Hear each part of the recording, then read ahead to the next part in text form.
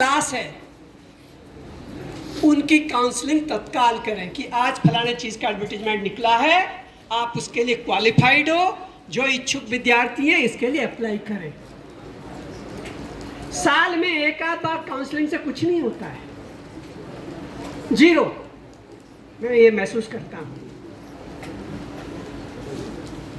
मैं पहले अपना जो मेरी पर्सनैलिटी, मैं कहाँ से निकला हूँ, कहाँ से कैसे पढ़ा हूँ, मैं इसलिए कह रहा हूँ कि आप जितने यहाँ बैठे हैं सबका पृष्ठभूमि लगभग वही है।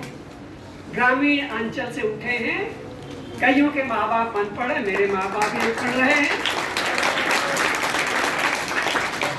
और हम लोग वही टाट पट्टी छाप विद्यार्थी रहे। टाट पट्टी विस्तृति गाँव में कक्षा 5 तक वही करते थे। उस समय एक तख्ती होती थी, उसमें लिखते थे, और इस तरह से शुरू किया पढ़ना। 5th तक अंग्रेजी नहीं होती थी, ठीक है। 6th में अंग्रेजी शुरू होती थी। मैंने अपने गांव कलुआ में 1 से 5 तक पढ़ा। फॉर्चुनेटली या अनफॉर्चुनेटली कहिए, मेरे बड़े भाई साहब जो अभी 86 ईयर्स ओल्ड है, he retired as director survey of India. वो उस समय देहरादून में थे, वो मेरे कक्षा 6 में ले गए अपने साथ में गांव से रॉ। अब आप देखिए, उस समय जौनसार में शेड्यूल ट्राइब डिक्लेयर नहीं था। उस समय कोई भी ट्राइब में नहीं था। जो भी लोग निकलते थे अपने कंपटीशन पे ही निकलते। मेरे बड़े भाई साहब ही समझे से वो तो 60s में निकले थे सर्वे ऑफ इंडिया। कक्षा 6 में उस समय स्कॉलरशिप का एग्जाम होता था। 50 रुपए पर मंथ की स्कॉलरशिप मिलती थी उस समय, और लगभग 50 बच्चे ही छांटते थे पूरे जिले में। मेरे को भी बोला तू भी दे एग्जाम। गांधी विद्यालय में, गांधी इंटर कॉलेज में मैं भी चला गया। मार खा के भाई की रात भर पीटा उन्होंने मेरे को, रोता हुआ मैं किसी तरह गया। जो भी कहिए, फॉर्चुनेटली मैं एग्जाम में पास हो गया। सिटी बोर्ड स्कूल में मैं पढ़ता था खुड़बुड़ा में, तो वहाँ मिडिल स्कूल था। तो एक दिन प्रेयर हो रही थी, प्रिंसिपल साहब ने बोला प्रताप सिंह कौन है। अरे मैं शॉक हो गया, मेरे से कौन सी गलती हो गई। बोला आइए इधर। तो बोलते हैं इस विद्यार्थी ने स्कॉलरशिप एग्जाम पास किया है। तो मेरे लिए उस समय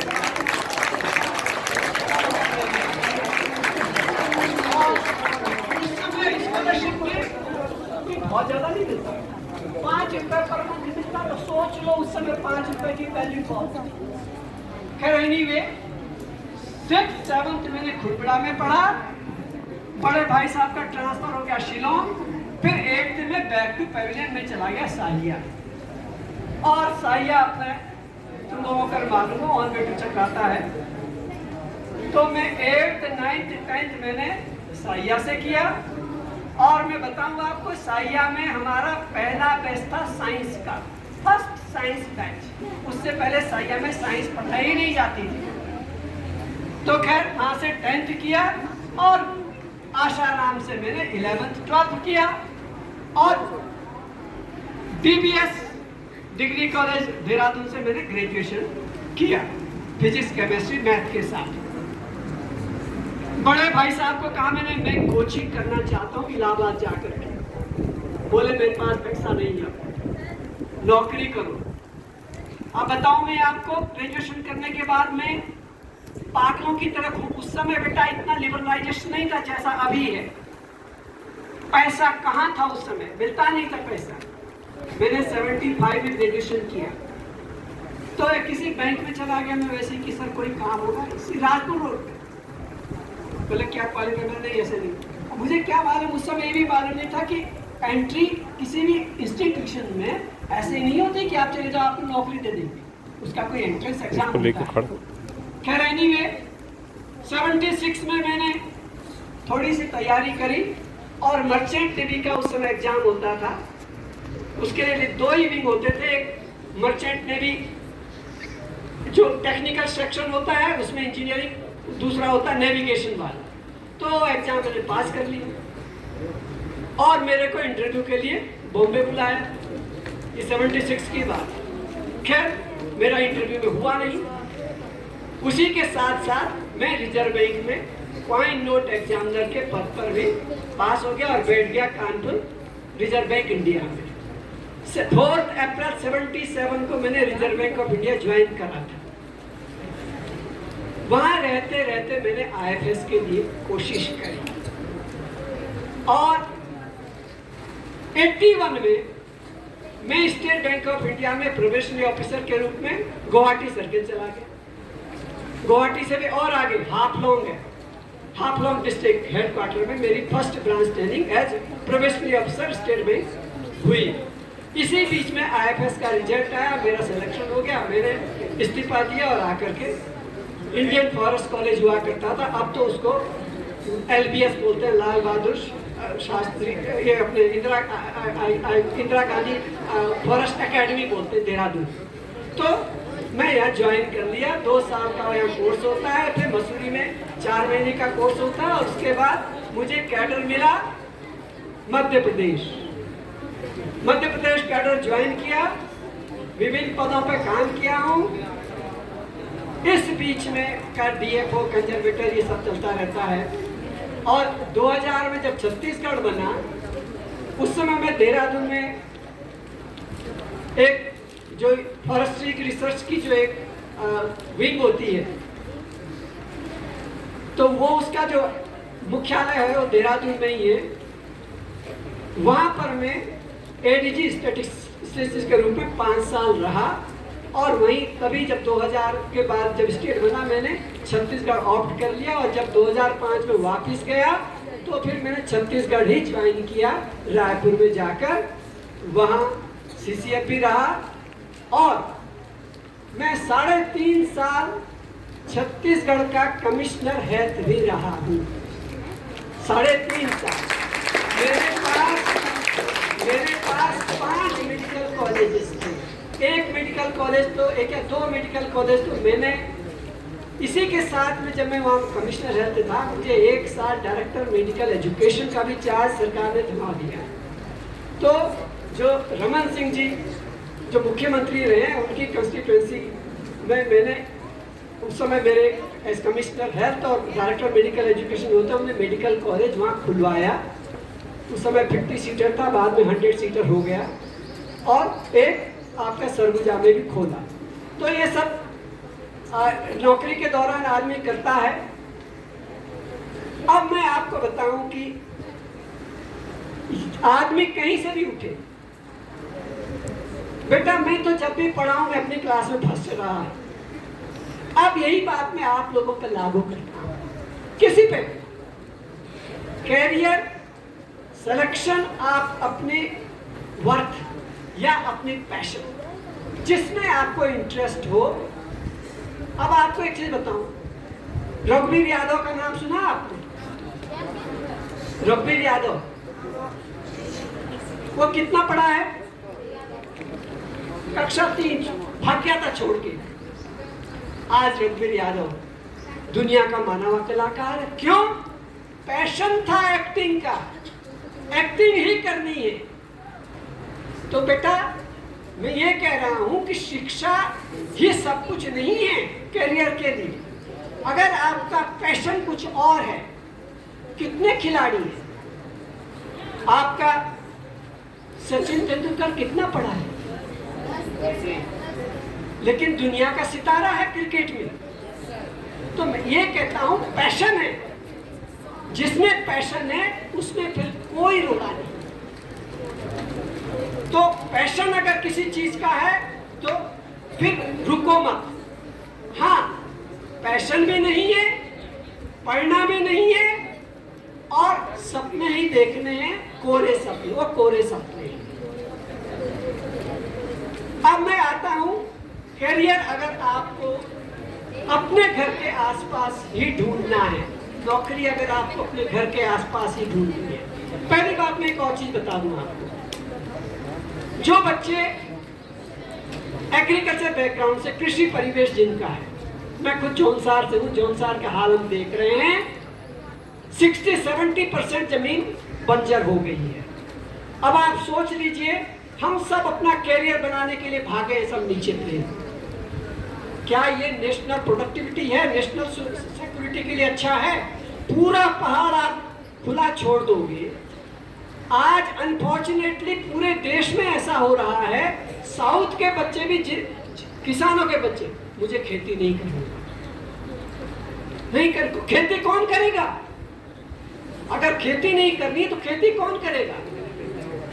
अनाज कहां से आता है? अभी मशीनों में तो अनाज बनता नहीं है। आप इंजीनियर बन जाओ, डॉक्टर बन जाओ, रॉ मटेरियल दवाई के लिए तो चाहिए कहीं ना कहीं से। खाने के लिए अनाज कहाँ मिलेगा? जमीन में ही मिलेगा ना। तो जो पढ़ नहीं सकता, अदरवाइज जो डॉक्टर नहीं बन सकता है बड़े उसमें, क्या वो खेती भी नहीं कर सकता? That is also career. उसके लिए आपको स्किल डेवलपमेंट करते रहना है। आपके ठकराने में कृषि विज्ञान केंद्र है, कई लोग जाते हैं वहां पर, समय समय पर कोर्सेज होते हैं वहां पर, 1 हफ्ते का, 15 दिन का, फिशरी पे कराते हैं, मधुमक्खी पालन पे कराते हैं, एग्रीकल्चर बेस्ड कुछ आपके इंसेक्टिसाइड है या फंजीसाइड है या हर्बिसाइड है, उसकी ट्रेनिंग कराते हैं। जो बच्चे ये महसूस करते हैं मुझे खेती अपने माँ बाप के पास रहना है, उनको संभालना है, उनको अपना skill, agriculture based skill develop करना है, तभी आप एग्रीकल्चर में भी कुछ कमा पाओगे। एक लड़का है मेरा रिश्तेदार, पप्पू बोलते हैं, नाम तो उसका कुछ और है, मसराड़ गांव का है, अकेला है अपने माँ बाप का बेटा। वो अपनी जमीन में साल में 10 से 12 लाख रुपए कमाता है। पहाड़ में 3 लाख का तो धनिया बेचता है हर साल वो, 3 लाख रुपए का धनिया, और 2.5-3 लाख की लहसुन बेचता है। अब आप यहाँ तुम अगर मान लीजिए कहीं कोई ऐसा सरकारी काम हल्का सा करोगे, कहीं जाकर के आप कॉन्ट्रैक्ट में लगोगे, इतना कमाओगे, सेवा की जगह जाके इतना कमाओगे क्या?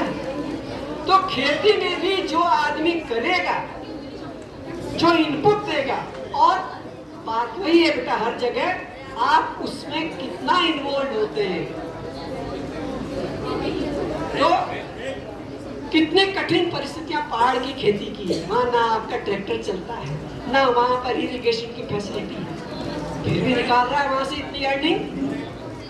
तो जिसके पास भी जमीन है उसके पास बहुत बड़ा धन है, और उस धन से अपने को अगर तैयार है वो मेंटली एंड फिजिकली, क्योंकि अगर आपके पास अच्छी फिजिक है तभी आप कृषि कर सकते हैं। मैंने कल एक क्यारी खोदी, मुझे थोड़ी सी किचन गार्डन में खीरा लगानी थी, मेरे आज सुबह दर्द हो रहा था। आई एम नॉट फिट, क्योंकि मैं दस्तखत करते हुए मेरी 30 साल बिता दिए, दस्तखत ही किए 30 साल तक, 33 साल तक। तो जो जिस चीज के लिए फिट है, या अगर फिट नहीं भी है तो फिट करो उस चीज के लिए। अब मैं कहता हूं आपको, जिसको आर्मी ज्वाइन करनी है, जिसको आर्मी ज्वाइन करनी है, भारत सरकार ने एक बहुत अच्छा प्लेटफॉर्म शुरू किया है। क्या है? अग्निवीर। कुछ लोगों ने इसको क्रिटिसाइज भी किया है, वो लीव अपार्ट। अग्निवीर के लिए आप 10वीं वाले हैं, आप भी जा सकते हो, 12th वाले वो भी जा सकते हैं, 17 साढ़े 17 साल से लेकर के 21 साल तक के बच्चे उसमें जा सकते हैं। अग्निवीर में लड़का लड़की कोई भी जा सकता है, इसमें कोई जाति कोई रिजर्वेशन कुछ नहीं होता है। आपको वहां पर ऑनलाइन एप्लीकेशन भरनी होती है, 10th के बाद ऑनलाइन एप्लीकेशन भरते हैं, और फिर उसका एक एग्जाम होता है, जो उनके जो एक कट ऑफ जो बनाते हैं, जो उसमें आते हैं बच्चे, उनको वो बुलाते हैं, और 10 हफ्ते से 6 महीने की ट्रेनिंग होती है। 4 साल के लिए आपको अग्निवीर के रूप में थल सेना, नेवल फोर्स और एयर फोर्स तीनों में 4 साल के लिए आप रह सकते हैं। 4 साल के बाद जितने भी वहां सेलेक्ट होते हैं इसमें बैच में, 25% बच्चे वो उनको वहां रेगुलर भी कर देते हैं। और जो बच्चे एक बार 4 साल वहां रह लेता है, उसका रंग अलग हो जाता है, वो देश प्रेम में डूबता है, वो देश के लिए मरता है। ये भी बात है इसमें, जो एक बार अग्निवीर बन गया वो औरों से अलग हो, हटके हो।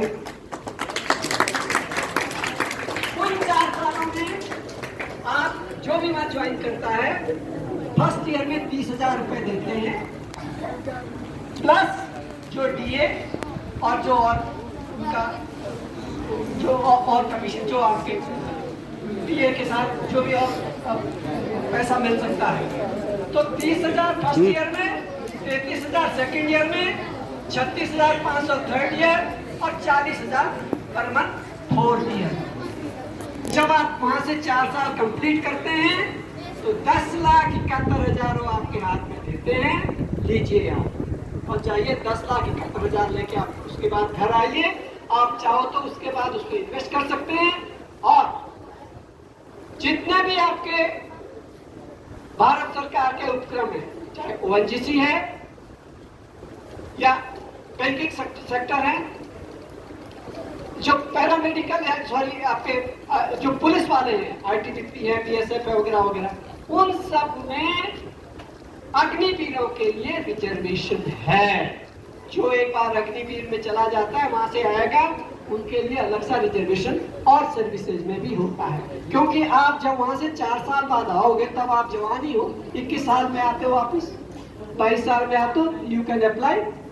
तो वो एक बहुत अच्छा चैनल है जिसको अपने को एक अनुशासित देशभक्त अगर आपको तैयार करना है, जिस परिवार में अग्निवीर होगा उसमें उसका असर बाकी लोगों पर भी पड़ता है। तो ये तो हो गई आपकी फौज में जाने की बात। दूसरी चीज, अभी यशु भारती वाले भी आए हुए हैं, इन्होंने भी अपने इंस्टीट्यूशन के बारे में बताया है। चूंकि मैं कमिश्नर हेल्थ रहा हूं तो मैं ये बता दूं बेटा कि लड़कियों के लिए विशेष रूप से जिनको अपने घर के पास ही अगर अपना जीवन निर्वाह करना है तो उनके लिए जीएनएम और एएनएम, आप जिसने 12th फिजिक्स, केमिस्ट्री और बायोलॉजी से की है वही इसके लिए पात्र होते हैं। इसकी जो परीक्षा होती है उसमें अगर आपकी मेरिट अच्छी है तो गवर्नमेंट कॉलेज मिलेगा।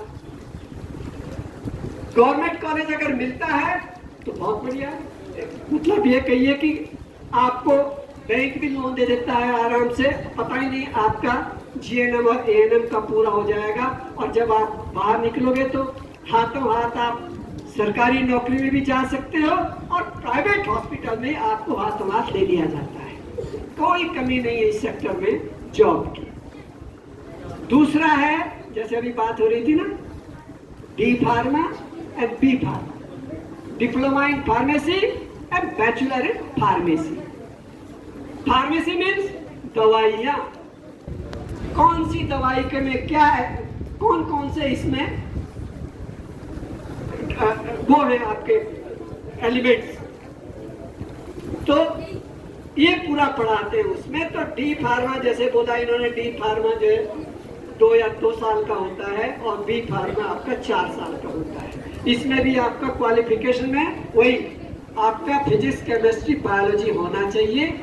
और इसके बाद आपको जरूरी नहीं है कि आप नौकरी करो ही, जो जितने केमिस्ट है आपके बाजारों में, जो केमिस्ट की दुकान है उसके पास में बी फार्मा या डी फार्मा का सर्टिफिकेट होगा, तभी आप दवाई की दुकान खोल सकते हैं। तो आप इंडिपेंडेंटली अपना एंटरप्रेन्योरशिप आप चालू कर सकते हैं।